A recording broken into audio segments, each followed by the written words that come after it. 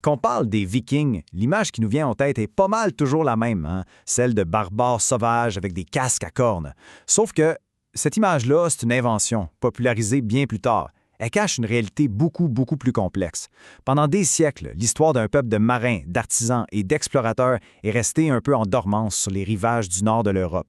Puis, au début du 20e siècle, une découverte a tout changé. Ce navire, le navire d'Osberg, ce n'était pas juste un bateau. C'est un chef-d'œuvre d'art et de technologie navale. Ce n'était pas l'œuvre de simples brutes. Alors, si le stéréotype du barbare était faux, qui étaient-ils vraiment ces Vikings? Au-delà des récits de raids sanglants. Pour comprendre l'ascension des Vikings, il faut d'abord regarder comment était l'Europe à la fin du 8e siècle.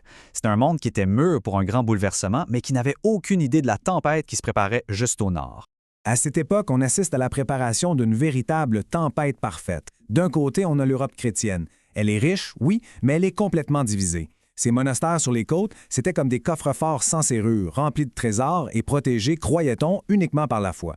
Et de l'autre côté, la Scandinavie. Là-bas, les terres cultivables sont rares, ce qui pousse une société de marins à regarder vers la mer pour trouver richesse et renommée. Et ça, c'est vraiment le point crucial. Leur plus grand avantage, ce n'était pas juste la férocité, c'était la technologie. Leurs navires, les dracars, avaient un faible tirant d'eau.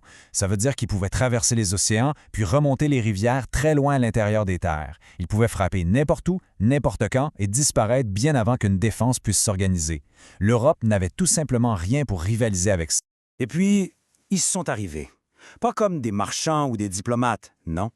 Ils sont arrivés comme une force de la nature, un véritable tourbillon de voiles et d'acier qui a pris l'Europe chrétienne complètement par surprise.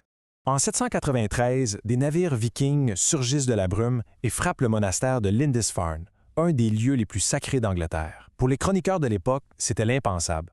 Un sacrilège si brutal que ça semblait être une punition divine. Cet événement, c'est ce qui marque officiellement le début de l'âge des Vikings et ça a semé une peur qu'elle ait hanté les côtes européennes pendant des décennies.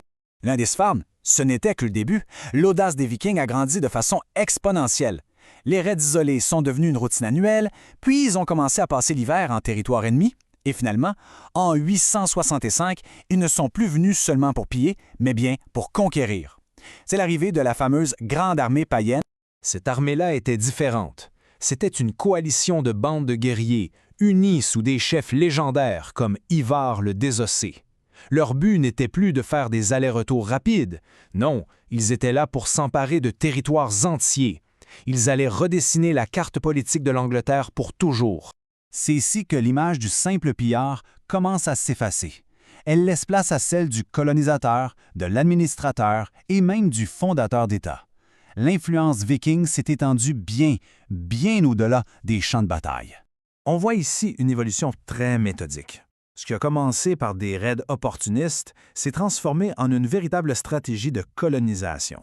Des camps temporaires sont devenus des bases fortifiées, les longues forts, comme à Dublin, et ces bases sont ensuite devenues des centres de pouvoir et de commerce permanents. Et l'étendue de leur influence est tout simplement stupéfiante.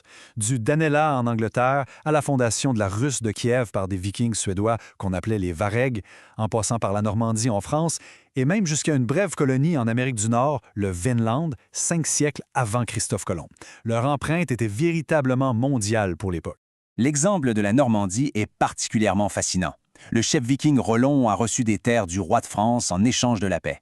En à peine quelques générations, ses descendants ne se sont pas seulement assimilés, ils ont carrément perfectionné le modèle féodal. Ils sont devenus les Normands, une force qui allait par la suite conquérir l'Angleterre en 1066.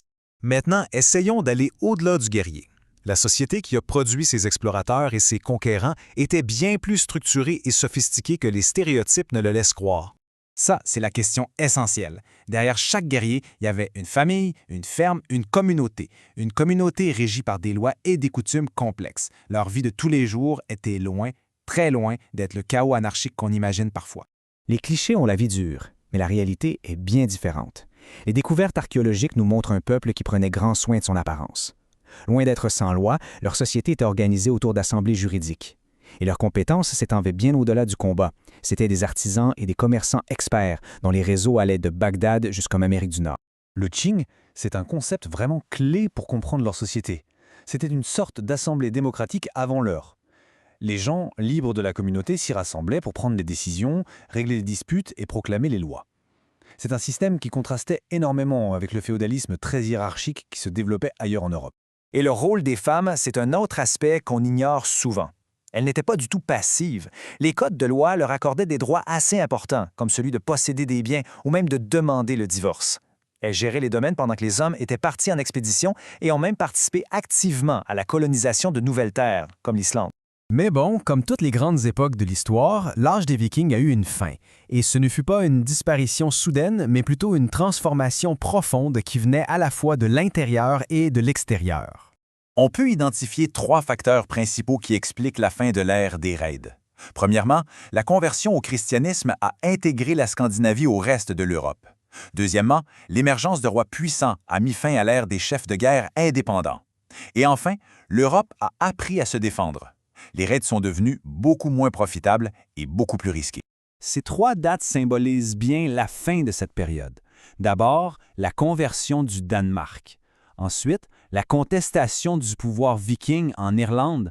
Et surtout, la défaite du roi norvégien Harald Hardrada à Stamford Bridge en 1066. Cette bataille est souvent vue comme le point final de l'âge des Vikings.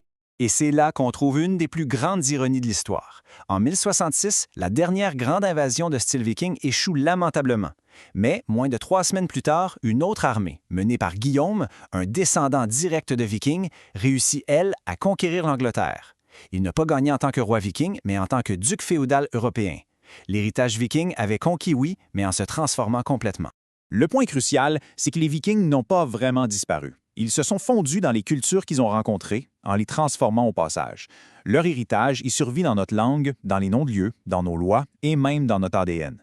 De pillards redoutés, ils sont devenus une partie intégrante de la trame de l'Europe, laissant une empreinte bien plus durable que n'importe quel trésor qu'ils auraient pu piller.